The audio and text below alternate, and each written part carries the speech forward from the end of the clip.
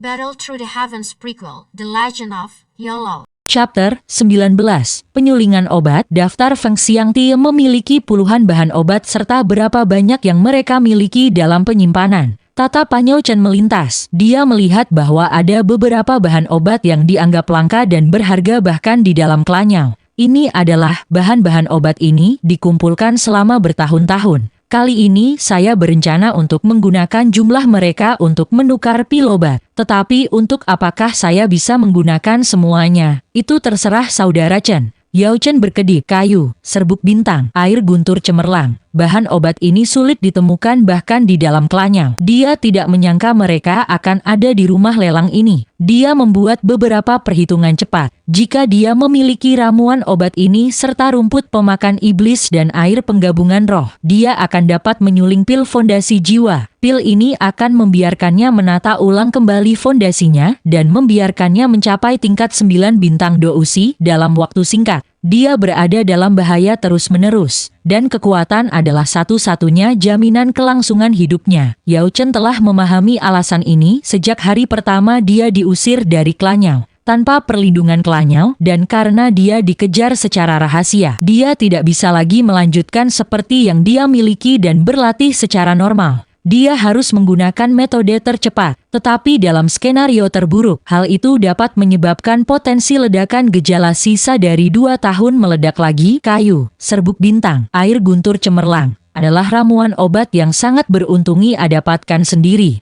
Yao Chen sangat jelas tentang situasinya saat ini. Sendiri, hampir tidak mungkin baginya untuk memiliki kesempatan lain untuk mendapatkan bahan obat ini. Dengan hati-hati memeriksa daftar itu, ia melihat bahwa di bawah ini adalah rincian yang jelas tentang pil obat apa yang dapat digunakan untuk bahan apa. Kayu, serbuk bintang, air guntur cemerlang, dapat ditukar dengan 5 pil obat tingkat keempat. Dan untuk kuantitas, itu tergantung pada jenis pil obat tingkat keempat. Itu berarti keluarga Feng pasti memiliki cukup kayu, serbuk bintang, air guntur cemerlang, dan itulah tepatnya yang Yao Chen butuhkan. Pil fondasi jiwa membutuhkan sejumlah besar dari mereka, dan dia juga harus memasukkan fakta bahwa pil tersebut memiliki tingkat kegagalan yang tinggi. Yang terbaik adalah menyiapkan 2 porsi. Setelah meninggalkan lelang harta berharga, Yao Chen menemukan penginapan untuk ditinggali. Dia meminta kamar terpisah dengan halaman terpisah untuk tinggal. Puncak kota Beladiri sangat makmur, jadi kamar seperti itu biasa. Meskipun Yao Chen menggunakan sebagian besar waktunya untuk alkimia, ia memiliki pemahaman kasar tentang formasi Dou.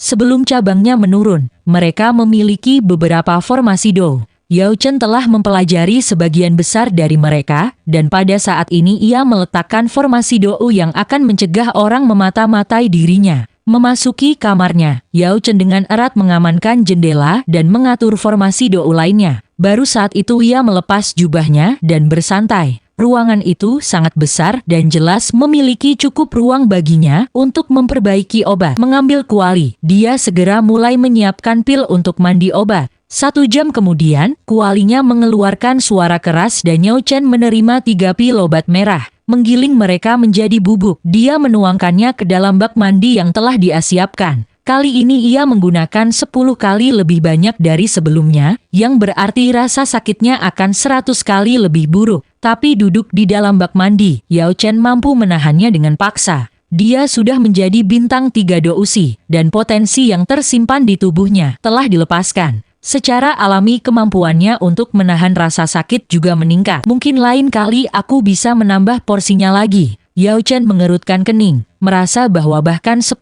kali jumlahnya masih kurang. Tetapi semua bahan obat yang telah dibelinya telah digunakan. Jadi bahkan jika dia ingin menggunakan lebih banyak, dia harus terlebih dahulu kembali ke rumah lelang. Setelah menahan siksaan mandi obat, Yao Chen memulihkan doukinya dan mulai memperbaiki. Kali ini Yao Chen hanya menyempurnakan pil pengayaan darah tingkat pertama yang sederhana. Tetapi itu bukan formula yang sama dengan bagian dunia lainnya. Pil pengayaan darahnya mengalami beberapa transformasi khusus. Yang paling khusus adalah tingkat keberhasilan ketika penyulingan begitu tinggi sehingga menakutkan. Esokan harinya Yao Chen sekali lagi menyelubungi dirinya dalam jubah hitamnya dan kembali ke lelang harta berharga. Di gerbangnya sudah ada iklan besar yang mengatakan, Mereka memiliki pila pikir Mizi kelas 3 dan pil pendukung kehidupan yang akan dilelang 3 hari kemudian. Pila pikir Mizi dapat meningkatkan atribu, tapi Douki ini tidak hanya berguna untuk pertempuran, tetapi juga untuk para alkemis. Mengkonsumsi pila pikir Mizi adalah cara lain untuk meningkatkan tingkat keberhasilan penyulingan Anda. Itu akan membiarkan Anda meningkatkan kontrol Anda atas Douki atribu, tapi iklan mereka sudah menarik banyak orang. Meskipun pila pikir Mizi hanya pil obat tingkat ketiga, proses penyempurnaan pil sangat rumit dan gangguan sekecil apapun dapat menyebabkannya gagal. Untuk alkemis di bawah tingkat keempat, memurnikannya memiliki tingkat kegagalan yang terlalu tinggi, bahkan mungkin tidak 1 dari 10. Lebih baik bagi mereka untuk memperbaiki pil lain. Hal ini menyebabkan pila pikir Mizi menjadi sangat langka di pasar, terutama di puncak kota bela diri yang dipenuhi para alkemis. Wow, aku tidak menyangka keluarga Feng benar-benar bisa mengeluarkan pila pikir Mizi pada saat seperti itu. Meskipun ini hanya pil tingkat ketiga, ini sangat berguna. Haha, 2 lelang besar lainnya bergandengan tangan untuk menekan mereka. Keluarga Feng secara alami harus mengeluarkan sumber kekayaan mereka. Benar. Apakah mereka dapat menekan mereka atau tidak? Saya pasti akan pergi ke pelelangan. Hehe, situasi ini sebenarnya cukup menguntungkan bagi kita. Yao Chen mendengar segala macam diskusi dari samping dan agak terkejut. Jadi lelang harta berharga yang didukung oleh keluarga Feng sebenarnya di tengah krisis. Tetapi bahkan jika apa yang mereka katakan itu benar, itu sebenarnya bisa bermanfaat baginya. Jika keluarga Feng membutuhkan bantuan saat ini, maka mereka tidak akan menikamnya dari belakang.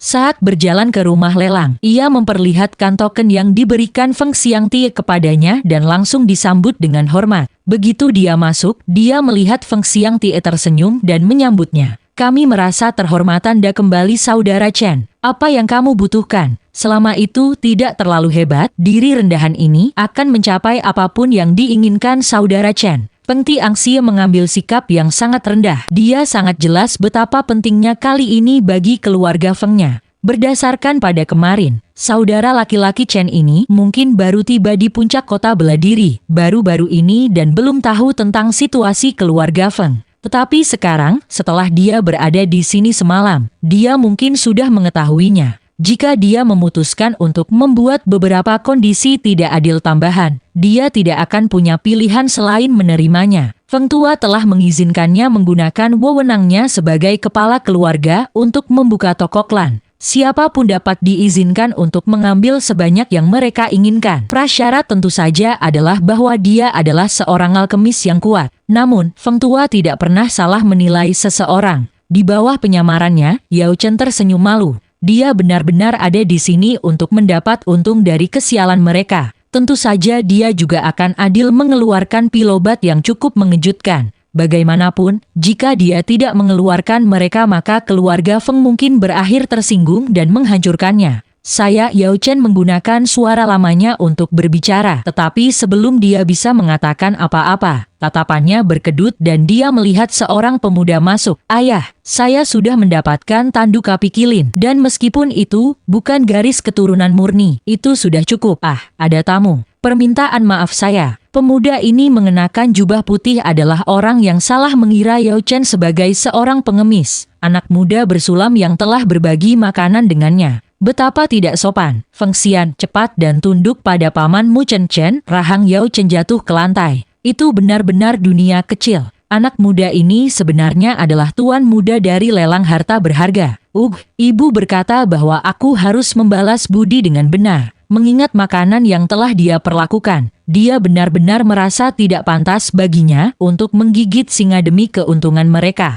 Tidak perlu banyak kesopanan. Siapkan ruang penyulingan untuk saya yang sedikit lebih terpencil. Dapatkan bahan obat dalam daftar ini dan saya akan membayarnya dengan pemurnian pil. Tindakan Yao Chen meminjam ayam untuk telurnya dan kemudian menjual telurnya untuk uang. Tetapi bagi dunia luar di mana para alkemis begitu dipuja, situasi seperti itu tidak bisa dihindari dan memang seharusnya begitu. Tentu saja, tidak ada masalah. Feng Xiangti senang dan segera mengirim pesanan untuk mempersiapkan permintaannya. Dia tidak menyangka dia akan memperbaiki pil di rumah pelelangannya. Ini adalah kolaborasi sejati, kerja sama sempurna, yang jauh lebih besar dari apa yang semula mereka sepakati. Yao Chen tersenyum pahit di balik selimutnya. Dia hanya mengubah rencananya karena Feng Xian. Tentu saja, itu bukan hanya karena melihat Feng Xian. Jika dia tidak memperlihatkan sedikit kekuatan di depan orang lain, dia tidak bisa benar-benar mendapatkan rasa hormat mereka. Pada akhirnya, selubung misterinya bukanlah kekuatan sejati, karena tidak semua orang bodoh.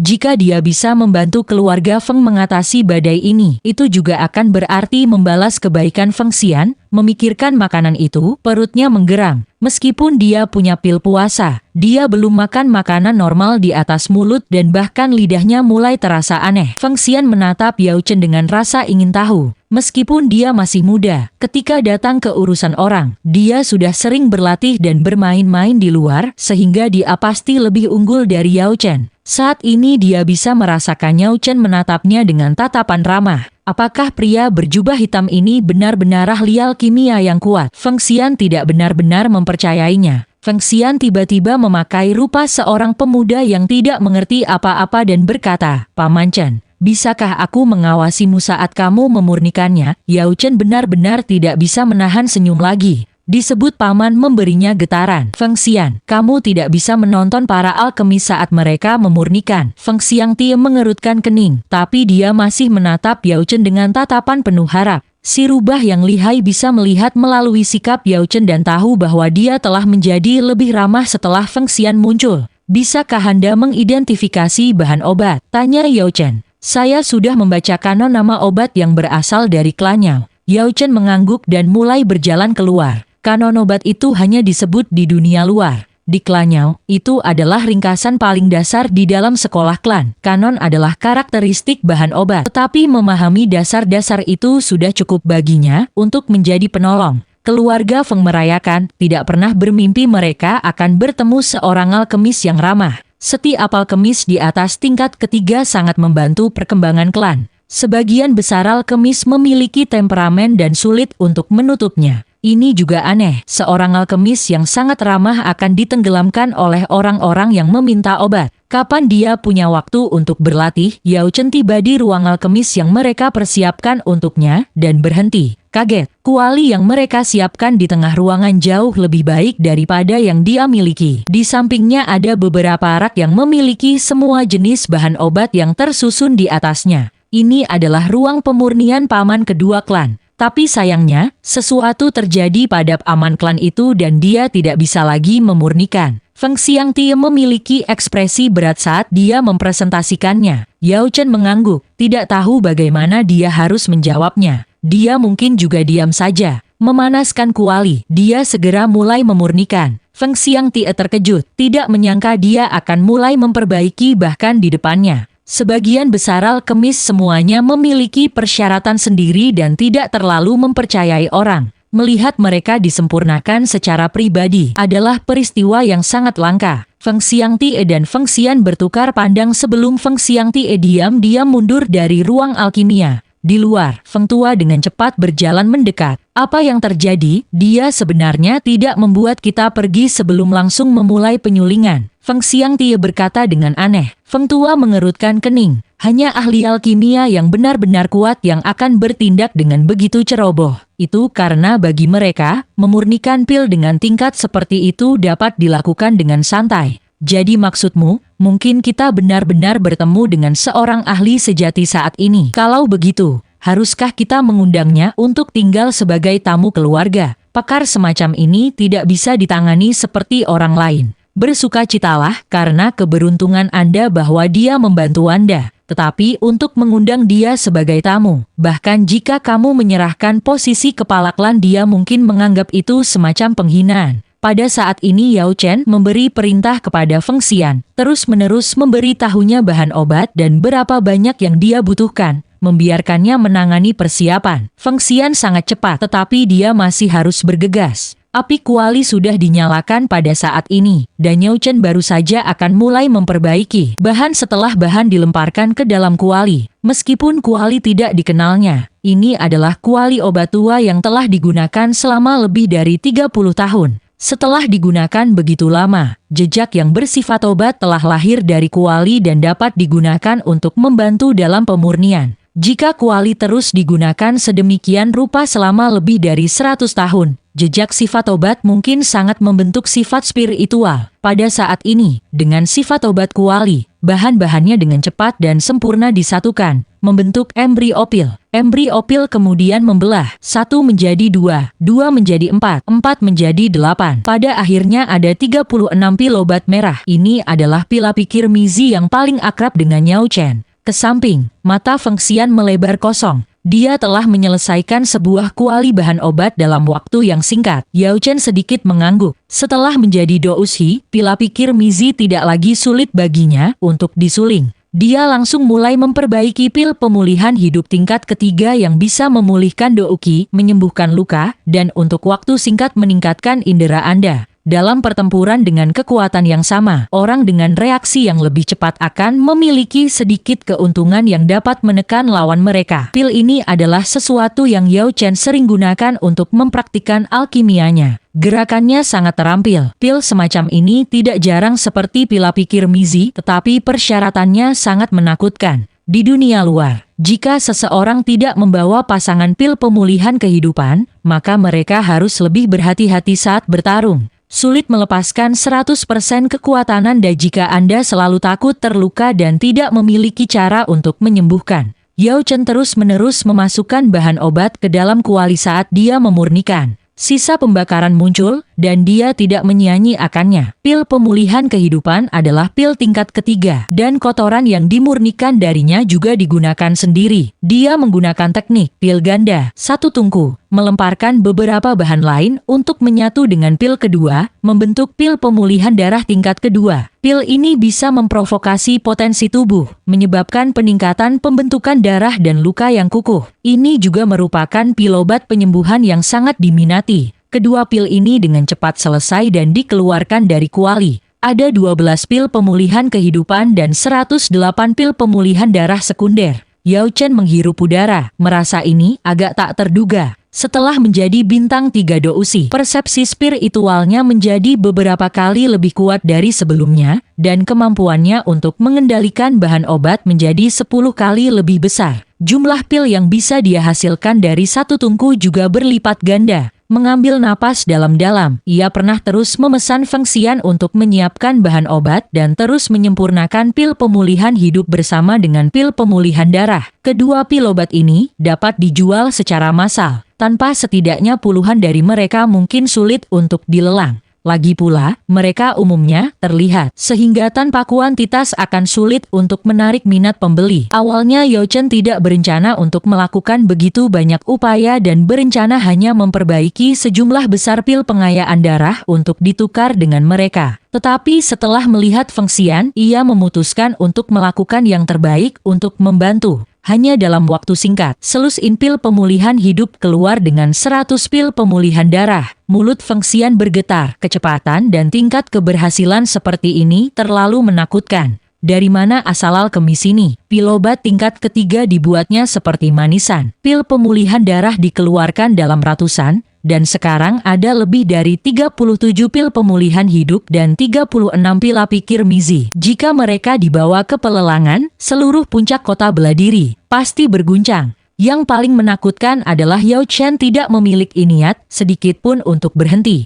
Bahan obatnya tidak cukup. Saya akan pergi mendapatkan lebih banyak. Feng Xian berkedip dan dengan cepat bergegas keluar dan kembali. Jantungnya melompat liar. Hanya alkemis tingkat kelima yang mampu memiliki tingkat keberhasilan 100% dengan pil obat tingkat ketiga. Alkemis tingkat kelima, jumlah mereka dalam 1000 mil dari puncak kota bela diri dapat dihitung dengan satu tangan, dan sekarang salah satu dari mereka ada di keluarga Feng mereka dan bahkan membantu mereka memperbaiki sejumlah besar pil obat ketiga. Benar-benar sulit dipercaya di luar. Feng Xiangtie dan tatapan Feng Tua juga panas. Pada saat paling kritis keluarga mereka, seorang alkemis tingkat kelima benar-benar muncul untuk membantu mereka. langit pasti terbuka dan leluhur mereka memberkati mereka. Cepat, cepat, pergi ke gudang klan dan dapatkan lebih banyak bahan obat. Yao Chen terus menyempurnakan sampai bahkan ruang obat tidak memiliki bahan yang cukup. Efisiensi sedemikian dalam memperbaiki lelang harta berharga mereka mungkin tidak hanya mampu bertahan dari krisis ini, mereka mungkin benar-benar membalikkan keadaan.